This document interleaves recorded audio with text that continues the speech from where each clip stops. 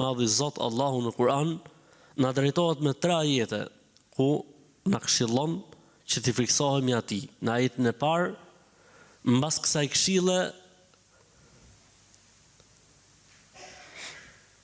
vdekja mos ju gjej vetëm se duke qenë musliman.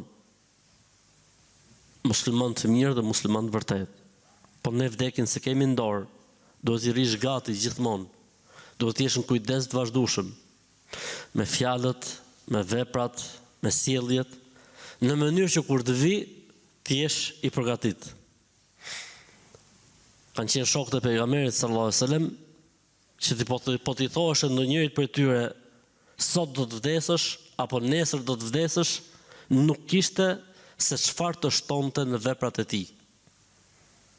Unë nuk e di se po të na ndodhte neve një gjë e tillë, po të na thoshe për shembull nesër do të vdesësh.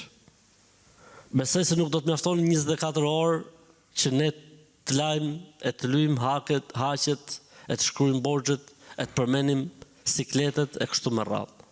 Ndërsa ata thotë sikur ti thuash ndonjërit prej tyre do të vdesësh nesër, nuk kishte se çfarë shtonte në veprat e tij. Domethënë korrektësi.